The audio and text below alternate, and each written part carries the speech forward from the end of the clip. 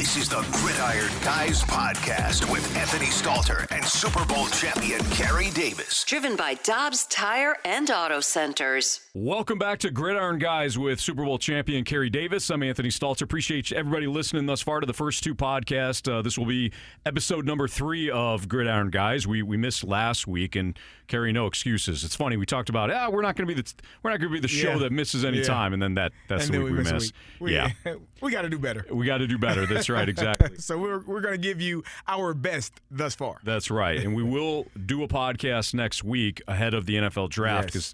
Man, Kerry, there's so many storylines. But what we wanted to start with, and I'm fired up for this podcast because you and I don't know where you stand on some of the Jalen Hurts stuff and just the ramifications here. Not ramifications, but maybe the domino effect it creates for the quarterbacks. So I'm excited here because you and I are kind of flying blind with like our opinions on it. But let's start with this. Eagles signed quarterback Jalen Hurts earlier this week. We're recording on Thursday, April 20th. So he signed the deal on April 17th for $255 million, 5-year deal. Some of the other numbers that are important here when you look at the contract, and really the guarantees are the guaranteed portion of the contract is most important. But the deal includes just over $179 million in guaranteed money. Comes with a no trade clause, which I don't think that's a big deal, CD. I mean, they're committed to Jalen Hurts. That might be one of those things where it's like Hurts asked for it, and the Eagles are like, okay, no problem. We're committed to you. So he gets a no trade clause. Again, I wouldn't look too far into that. $15 million in incentives, and Hurts could earn up to a record $54 million per year in new money, according to NFL Network's Tom Pelissero. What does this deal mean? We'll start with Hurts before we get into Lamar and everything like that. But for you, last year, outstanding MVP candidate the entire year. Maybe Jalen Hurts wins it if he doesn't get hurt toward the end of the year, CD. But he leads the Eagles to the Super Bowl, but it still was only 1 year. Any issue with the Eagles not waiting to make Jalen Hurts do it again? Not at all. I mean, you were looking at a guy who, as you said, MVP candidate, finished second. Obviously, they didn't win the Super Bowl, but had an opportunity to beat the Kansas City Chiefs. Had Philadelphia been able to stop the same play that was ran twice down on the goal line. But that's not Jalen Hurts' fault. He played outstanding this season. There were a lot of questions about his ability coming into this season. And when he was drafted, the Eagles had their quarterback in Carson Wentz, and he kind of faltered and failed and was unable to keep up his stellar play. And so now you're looking at Jalen Hurts taking over that reign, and now he's the guy that the Philadelphia Eagles are looking at. And what they did this offseason, one of the most important moves of the entire offseason was adding A.J. Brown. When you have a stellar quarterback or a guy that you think is on the brink of being great, what do? You get him a guy that can catch the football. You go get him Swole Batman, as he likes to be called, and you get a 1A and 1B with him and Devontae Smith. And so that really allowed him, along with that run game of Miles Sanders, allowed him to be the best that he could be. And I'm actually thrilled for him, not only obviously because he got his money, and people will argue or contest the signing bonus and where it should be in comparison to where some other guys are. But as you said earlier, the domino effect that it will have for Joe Burrow, for Herbert, for Lamar Jackson, a topic that we've been discussing back and forth for a while. So I'm excited about that for him, but also what it's going to mean for the other guys after him. I think this is there was a couple important things here, CD. One, I agree with you. I wouldn't have waited. Think about it this way. The Eagles selected Jalen Hurts in the second round when they still had Carson Wentz under contract. They believed in him enough, and I believe it was either the owner, Jeffrey Lurie, or the GM, Howie Roseman, who viewed, and I think it was Jeffrey Lurie, the owner, who didn't want to pass on the next Russell Wilson. That was the thought process. And so the Eagles select him in the second round, again, when they already had a starter in Carson Wentz. And he develops into a guy that gets him to the Super Bowl, and not by fluke. I mean, his numbers were outstanding a year ago. They would get him an offensive coordinator, a head coach that would make sense. And Nick Sirianni and the coaching staff there in Philadelphia did wonders with Jalen Hurts. So, long story short, he develops into the guy that they thought he was going to be coming out of Oklahoma. why wait then? You've got somebody that you vetted him.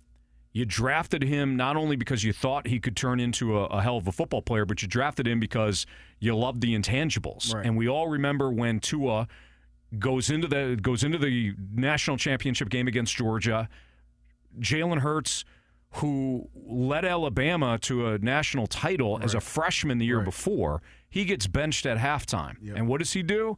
First guy off the sidelines when Tua throws the game-winning touchdown pass to Devonta Smith. Yes. He stays at Alabama because it's important for him, according to Nick Saban, to graduate at the University of Alabama. Right. So he stays. He not assured to be the starter, and he wasn't. Mm-hmm. Yet he's the one that comes off the bench in the SEC title game against the same Georgia team a year later.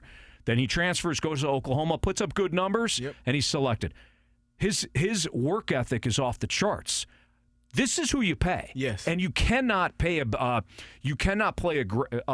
a great player. I think one thing you also said earlier, him being a second-round pick, which means he didn't have that fifth-year option. Correct. They didn't have the luxury to see how this year panned out, see if he was going to have the same success or maybe even be an MVP winner as opposed to an MVP runner-up, which now you're really putting your money up there. So him being in his fourth year of his rookie year deal, they're saying, hey, let's get this job done. Let's get this deal done.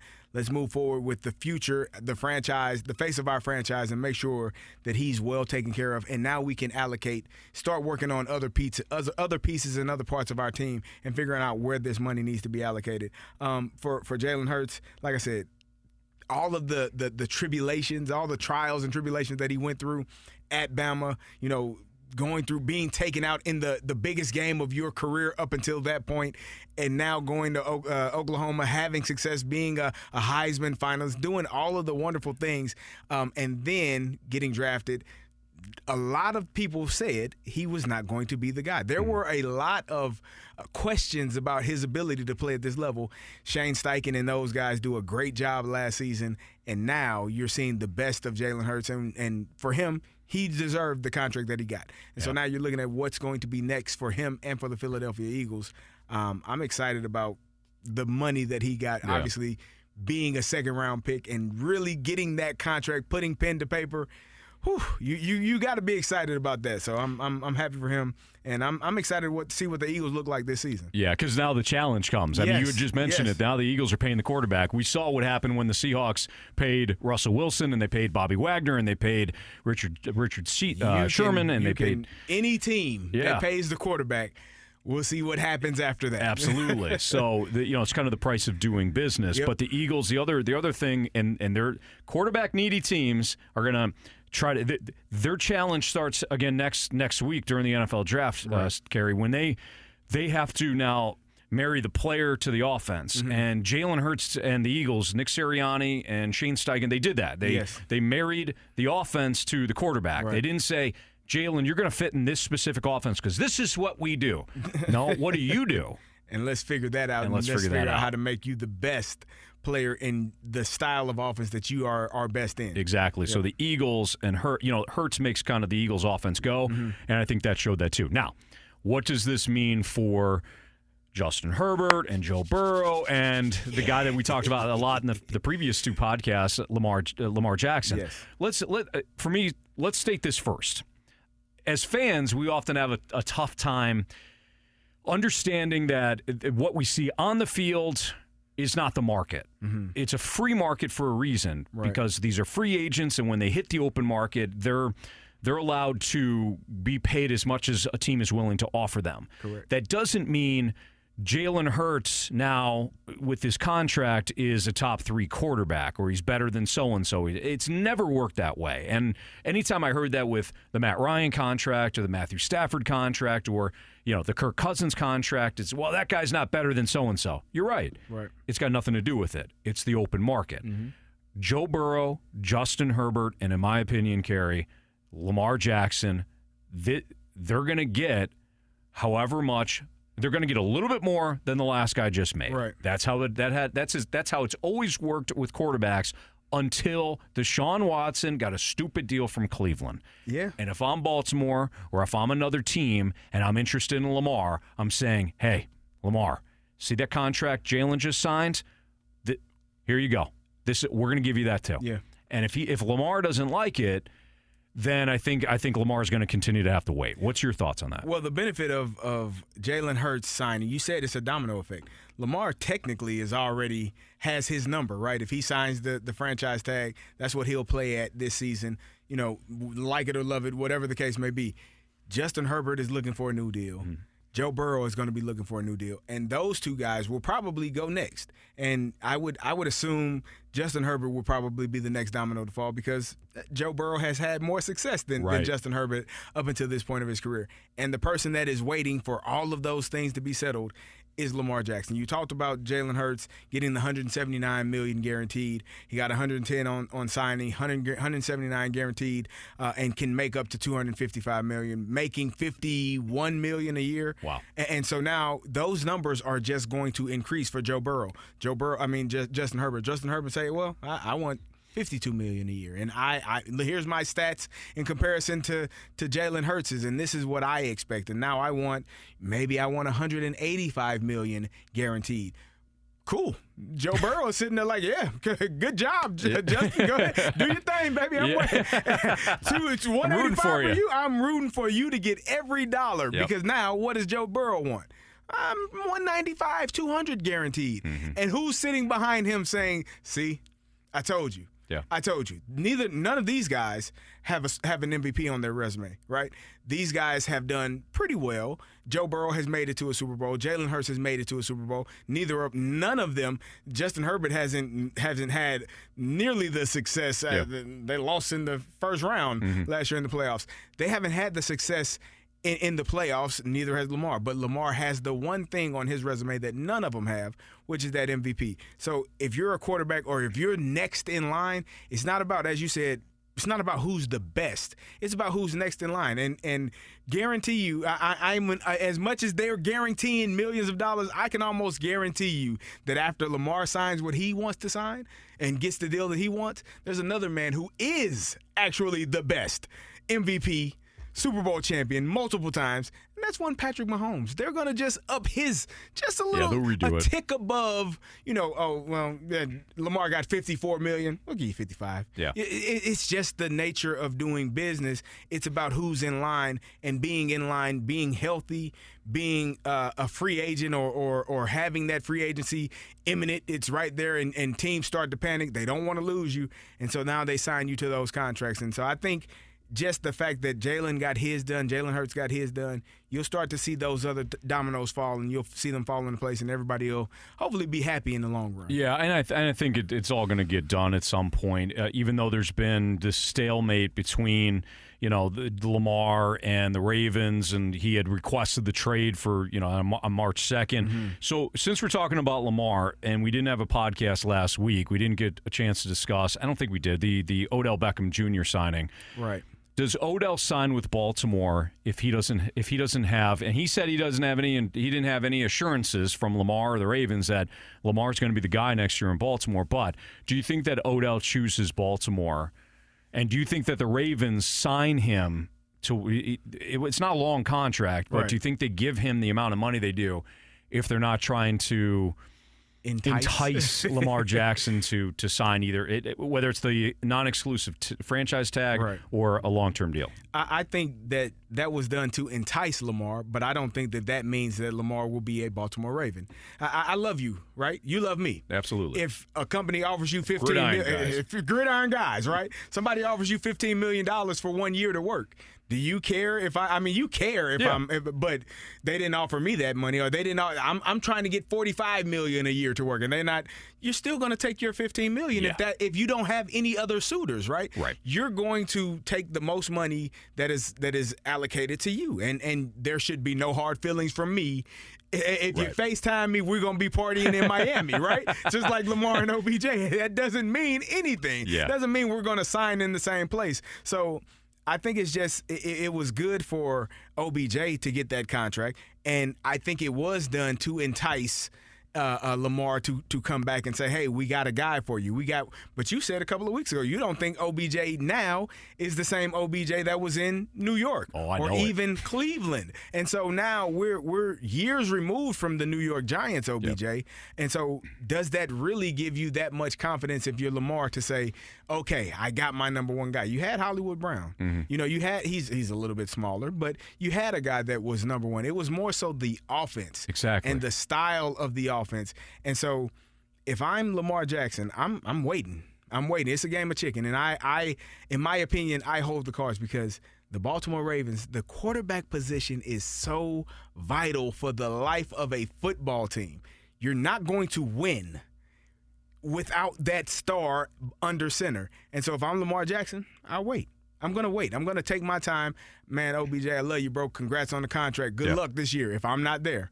But that doesn't mean that I'm going to take a contract that I feel I'm worth more because they signed a receiver that I really have a relationship with. Right. No, Kerry, I couldn't agree more. Look, if Lamar came out the next day and said, yeah, I'm going to sign my tag or I'm going to sign a contract now because Odell Beckham's my guy, I would have thought to myself, that is an incredibly short-sighted decision then by Lamar. Mm-hmm.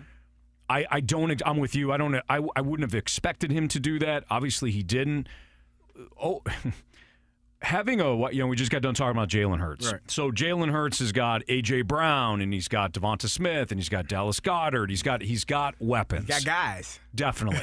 He also had one of the best offensive lines in football. Mm-hmm. He also had a defense that up until the Super Bowl was outstanding all season long. And we could debate, whether or not they benefited from playing the NFC. I think they did, but that was still a really good defense. Right. But the thing that you and I talked about 5 minutes ago, Kerry, was they got the offense right. They got the system right for Jalen Hurts. Right. And anybody, especially Ravens fans, if you've been watching that Greg Roman offense over the last couple of years, you know that's not the offense best suited for Lamar Jackson at all. It's run heavy with Lamar is your best player, obviously. He's been your best runner because you've had injuries at the running back position. You've had not the greatest set of receivers in terms of guys that they don't have any all-pros. They haven't had any Pro Bowlers at the receiver position and had that amount of success that when you bring an A.J. Brown in for Jalen Hurts, that changes things. You already got a Devonta Smith who was a Heisman Trophy winner. That changes things. They need that type of guy. But they also need to run an offense that is conducive for what Lamar Jackson can do. Yeah. And he's not just a guy that can run the football. He's a guy that can stand in there if you don't have receivers in the same space and can find guys open. And so for me, running the same routes. They're mirrored.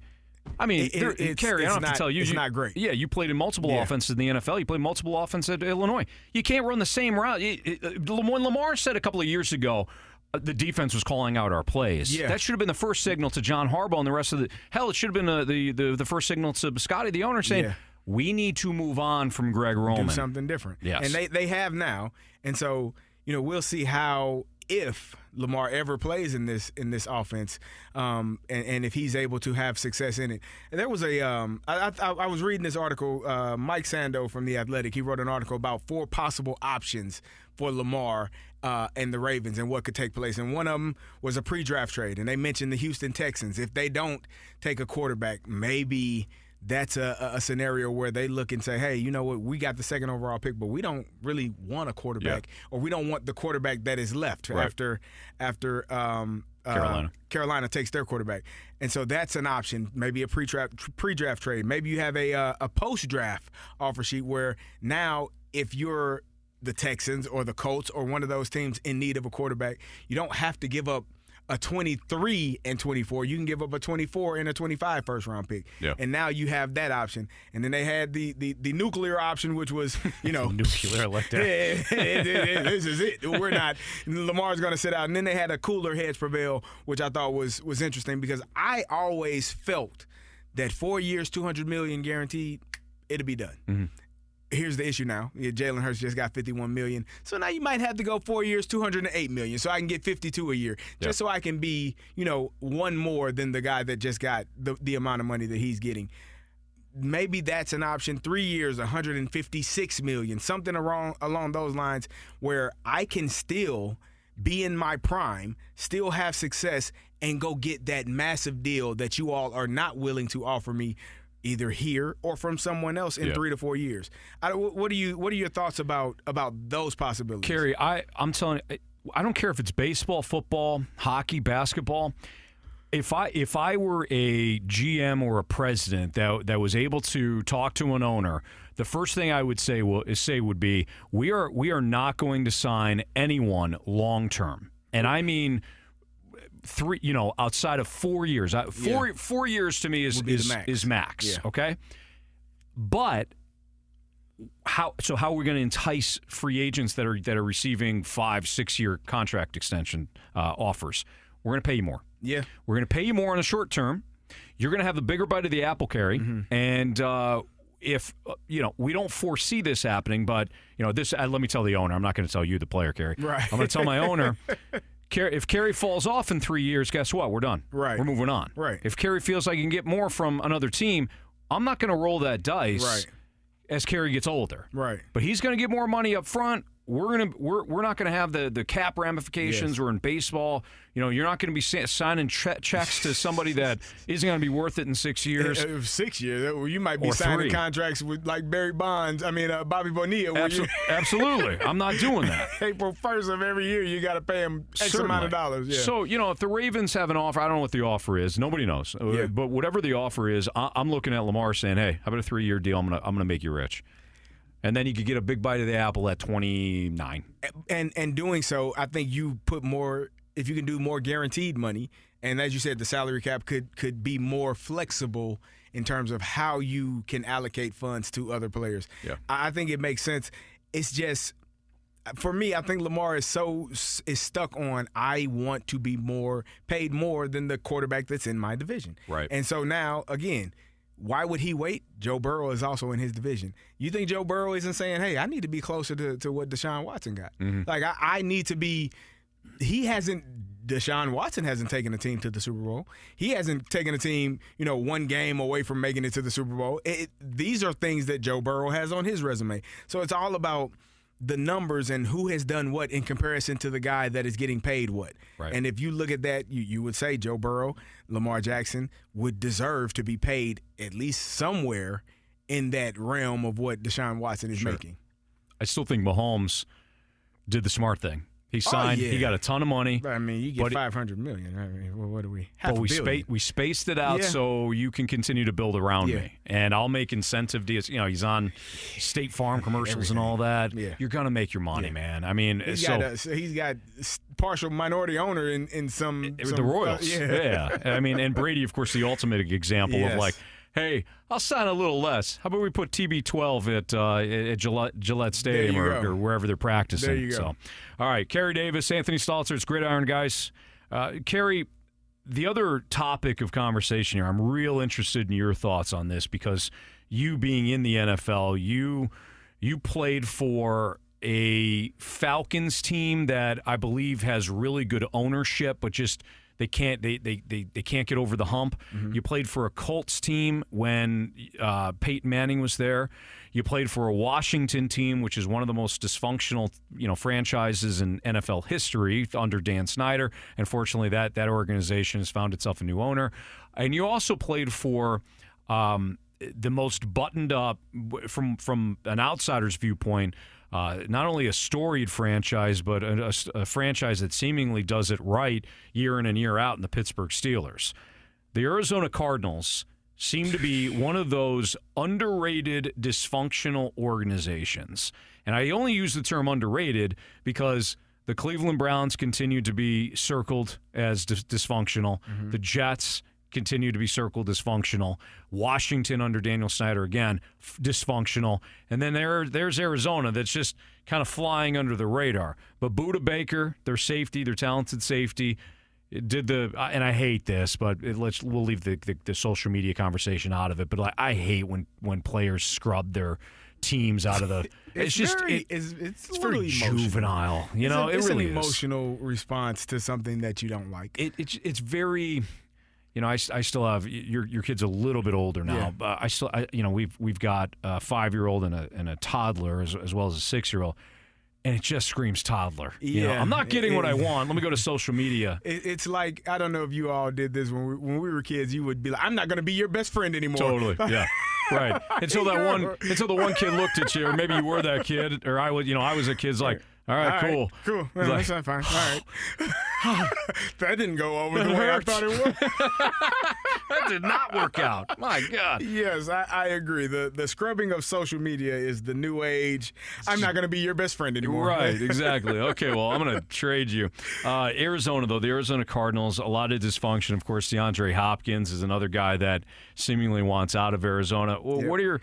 What are your thoughts on not only the situation, but, Kerry, what makes Pittsburgh different? Well, what makes Pittsburgh different is it starts at the top. And when I say, ownership is really, when I say you can go in and sit in the owner's office and talk to him like a normal human being, like you and I are conversing right here, you can go in and have those conversations. It makes it a more comfortable atmosphere for everyone working in the building. It's not a fear of, oh my God, if I make a mistake, I'm going to be fired. Oh my God, are they hiring someone else? I've been in places where if you played poorly on Sunday, they were working out your position on Tuesday, on the off day. Yeah. You come up for some ice and some stem on your leg, and like that.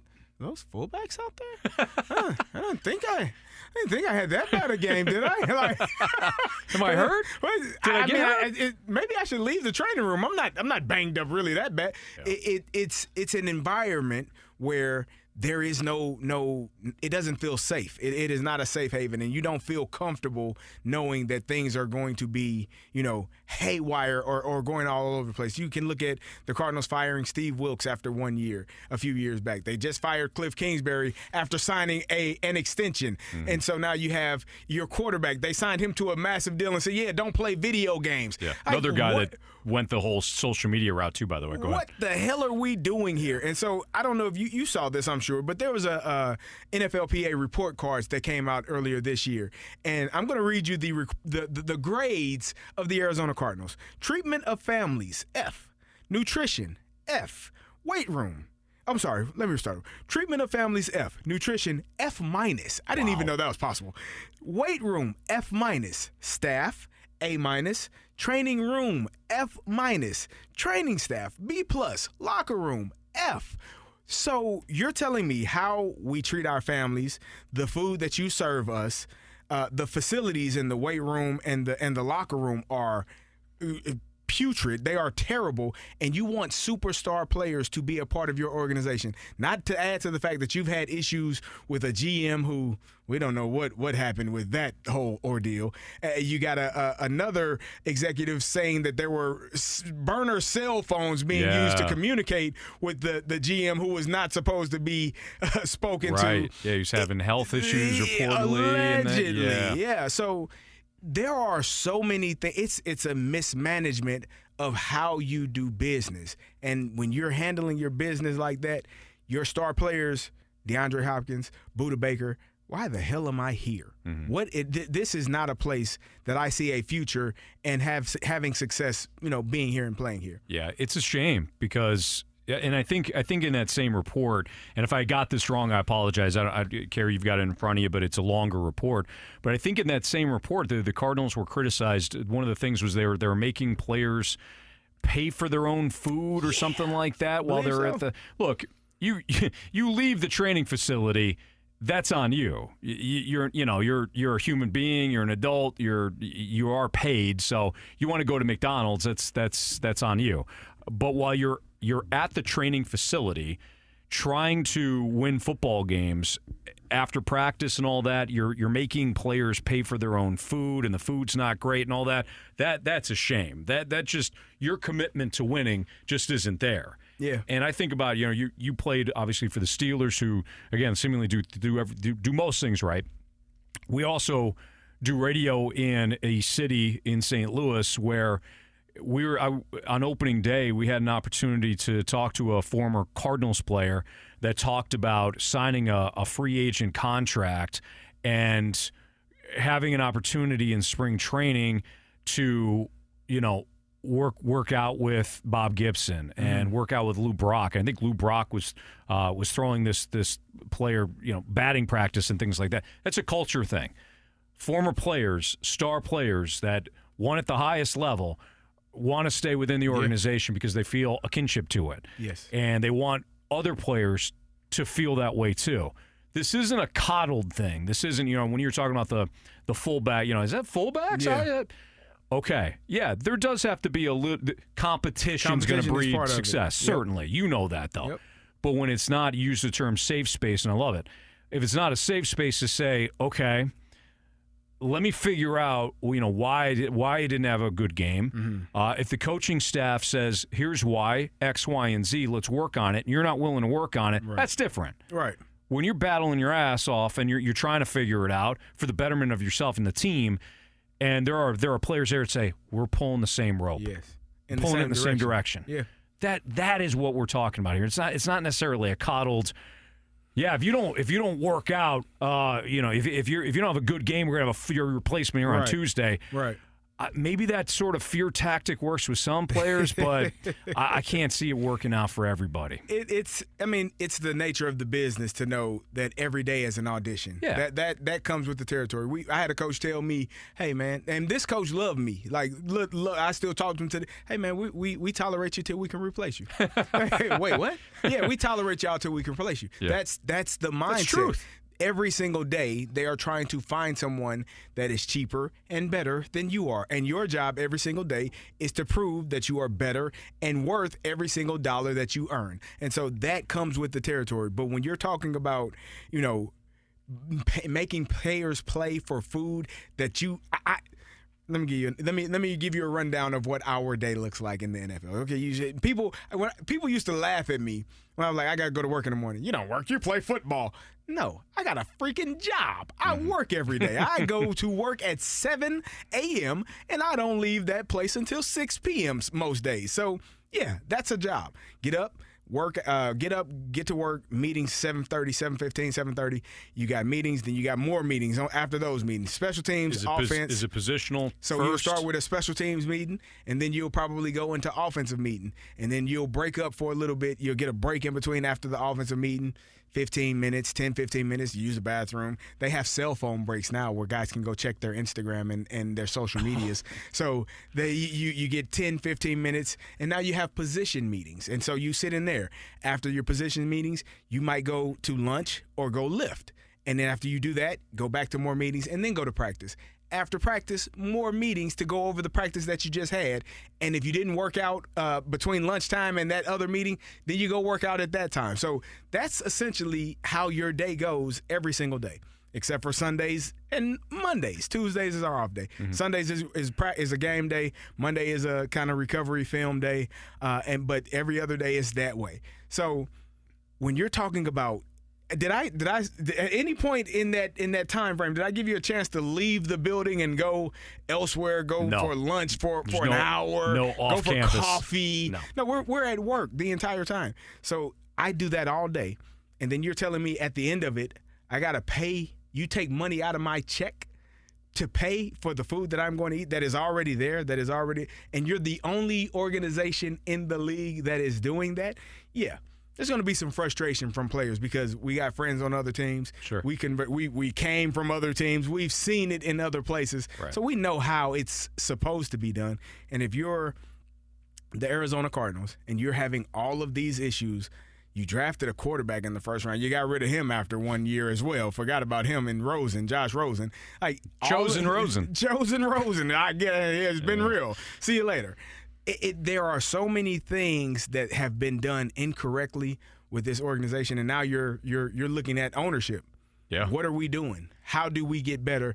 Or if you're a player like Budda Baker that still has plenty of years left in his career, DeAndre Hopkins, who probably on the tail end but still has a good 2, 3, maybe 4 good years left, you want to go somewhere and win with people who want to win, not be in an organization that does loser things and makes loser decisions in how you treat people and how you go about your business. Boy, if DeAndre Hopkins ever gets to a team that knows what it's doing, he's going to be blown away. Yes. I mean, he goes from Houston to Arizona, And I think Houston is starting to slowly point in the right direction here. But he goes from Houston to Arizona. He must think the NFL is just one disastrous, 32 teams of disastrous owners. Just figuring out, like, what is this place that I am? Where am I? No how do you go?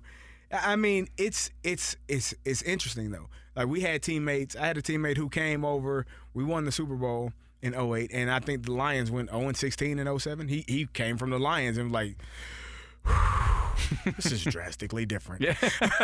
I'm not used to this. You think? Yeah. It's there are some places, there are some companies that you could work for in everyday life that are vastly different in how ownership and how people treat one another. Right. And so when you're in one of those companies that doesn't do things the right way, but expect and demand so much from you, you're drained just from being at work, as opposed to feeling uplifted and excited to get to work and go to work. Yeah, man, and that benefits the company. I mean, if you have a boss, you have a supervisor that's like, listen, I am personally invested in your growth in this company, and shows you that. I'm sorry, you're gonna work harder. You're invested now. Right. You're a part of something. You got a boss, and I'm sure there's plenty of places like this. You got a boss that's like, just do what you're told. Okay. Yeah, shut your mouth. Yeah, you may do what you're told. You may shut your mouth. You may still find some sort of happiness there. Yeah. All right, cool.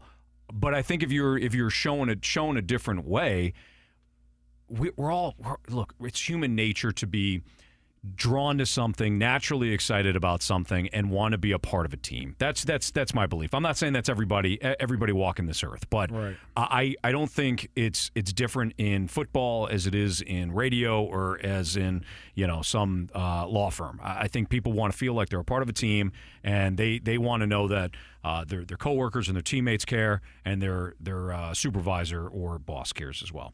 Kerry, in the last 5 to 10 minutes here, we'll talk about Aaron Rodgers, but there's really not much going on. Here's the latest report, and it's really not. This was like a couple of days ago. Adam Schefter had reported. Adam Schefter, of course, of ESPN. It says that it doesn't sound like Aaron Rodgers will be traded to the Jets before the NFL draft. That's the latest. Green Bay seems quite content to wait until after the draft to make a trade, Schefter said. Both sides seem to be dug in. Jets general manager Joe Douglas said that last week Rodgers is going to be here amid rumors that the team will wait until the second day of the NFL draft to make a move for Rodgers, who's 39. Rodgers' massive contract has proved difficult to move, and differences in compensation have come up, and it's come to the forefront in recent weeks. Still, Packers very likely to deal Aaron Rodgers to New York sometime before the start of the NFL season. Yeah, so. The Packers aren't going to get what they want. and nor should they. Yeah. I told you this, a few weeks ago. I thought the Packers were in the worst position of all three parties in this trade scenario. They don't have any leverage. They got a guy that they have to pay nearly $60 million to if he's on the roster. Or you can send him home and he can sign wherever he wants to if you cut him.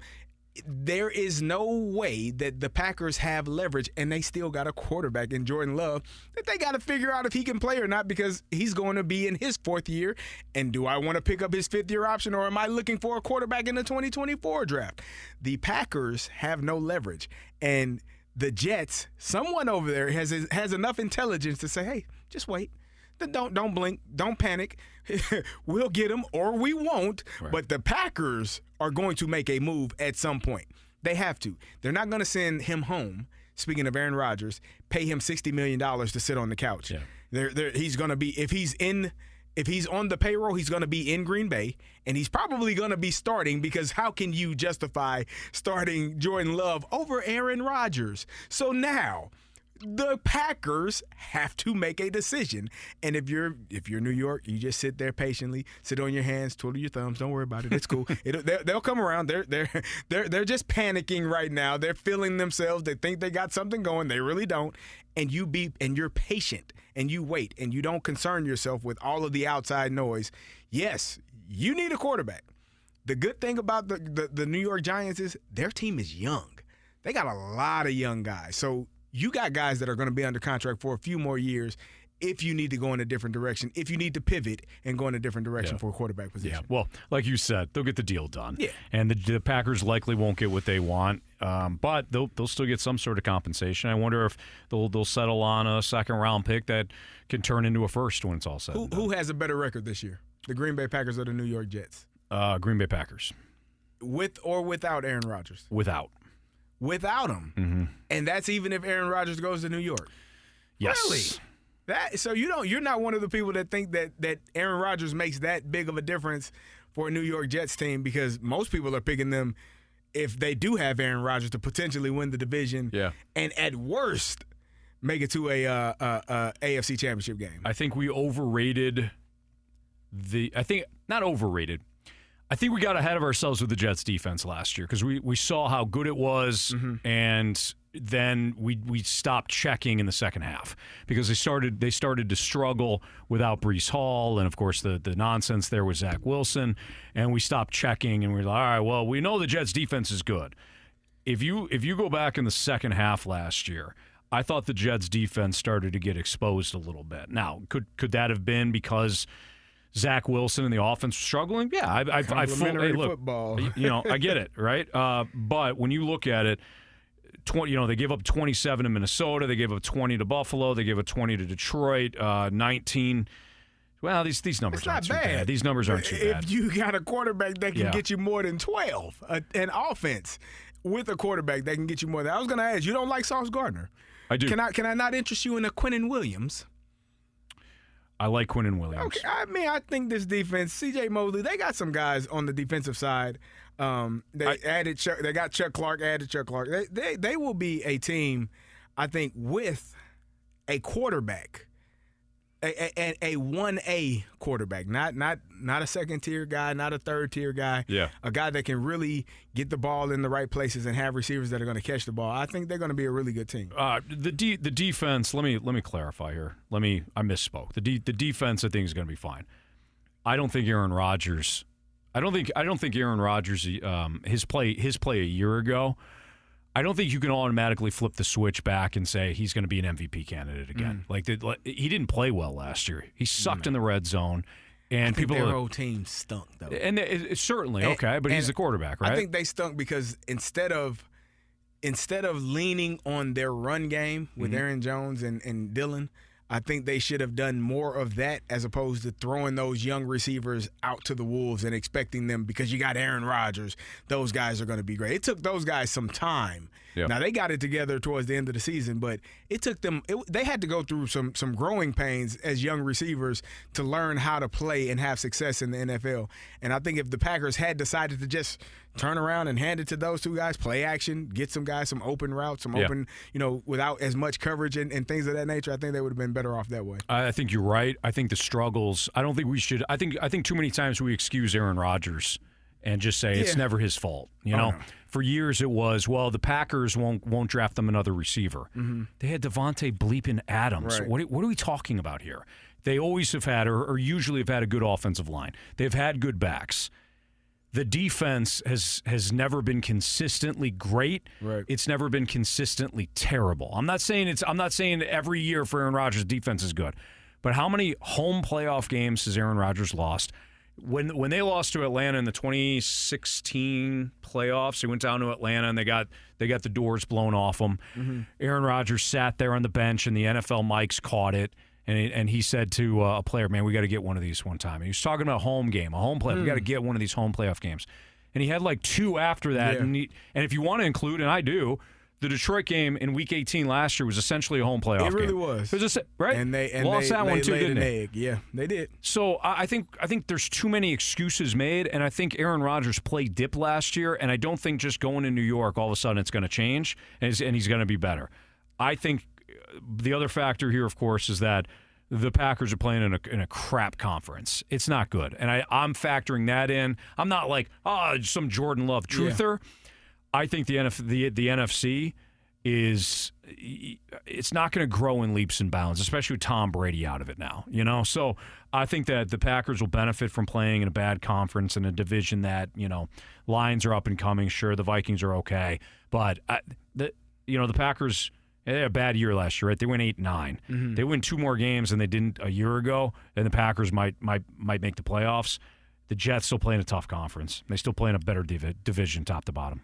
Yeah, we need to dig into let's dig into some divisions next week. Like who? Well, we got the draft, and then we'll do that after the draft. That'll be perfect because we'll see who's where and who's going to come out of each division and why. I like that idea. I have a very the one that you just, and it's a great question. That's an unpopular opinion. Most are going to disagree with me. That's fine. What you got? No. I was saying the Packers one because I think most people will say the Jets. I think, I agree. I think if you were to put those two teams and decide who was going to have the better record, with Aaron Rodgers, I think you would say the Jets. And I do agree, they probably have a tougher division. You got Miami if Tua's healthy. You got Josh Allen and the guys up in Buffalo. Patriots aren't good. It's still Belichick. You can't just disregard New England and how they game plan week to week. So I would say that you might be right. But you're going the other way. That's fine. It's good. Go with the Jets either way. It makes for a good conversation. That's for sure. That's Kerry Davis. He's Super Bowl champion. I'm Anthony Stalter. Appreciate everybody listening to the Gridiron guys, and we're already to it, man. We're to the NFL draft, and we did a little bit 2 weeks ago. We did a little bit of draft coverage. We talked quarterbacks in that second podcast. But Kerry, we got to get into it next week. Yes, we'll concentrate mostly on the first round, but we'll talk about some of the biggest draft questions heading into the week, and maybe we'll do. How about this? We'll do kind of like a fun with odds prediction. We'll do some predictions, Kerry. Okay. We'll make them, and then of course we'll tally up, see how we do, and we'll talk about it in the following podcast. But next week, Gridiron Guys talks full NFL draft. We hope you enjoyed this edition of Gridiron Guys, and we'll see you next time. For Kerry Davis, I'm Anthony Stalter. Again, this has been Gridiron Guys. Thanks for listening to the Gridiron Guys podcast with Super Bowl champion Kerry Davis and Anthony Stalter. Driven by Dobbs Tire and Auto Centers. Check out the Gridiron Guys podcast page at 101ESPN.com.